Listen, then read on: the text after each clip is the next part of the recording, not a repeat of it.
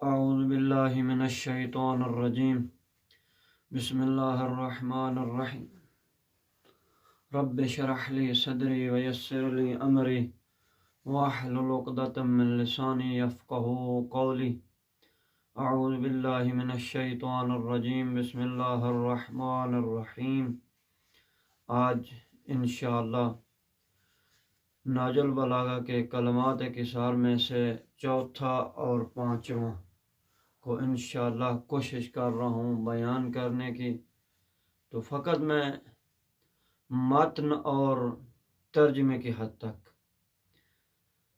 انشاءاللہ، یعنی یہ میرے لیے بھی بہت مفید ہیں اور آپ لوگوں کے لیے بھی بہت مفید ہیں، تو انشاءاللہ بیان کر رہا ہوں۔ وقال علیہ السلام، تو امام علی علیہ السلام نے فرمایا، نعم القرین الرضا، تسلیم و رضا بہترین مصاحب ہے، والعلم وراثۃ کریمۃ، اور علم شریف ترین میراث ہے، یعنی بزرگ ترین میراث ہے، بہت بڑی میراث ہے، والآداب خلل مجددۃ، اور علمی و عملی اوصاف نو بنو خلعت ہیں، والفکر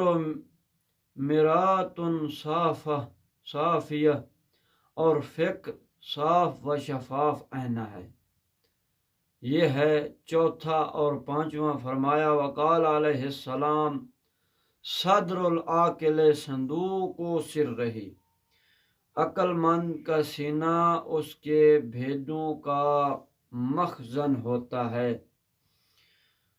والبشاشۃ حبال المودۃ، کہتے ہیں کہ اور کشادہ روئی محبت و دوستی کا پھندا ہے،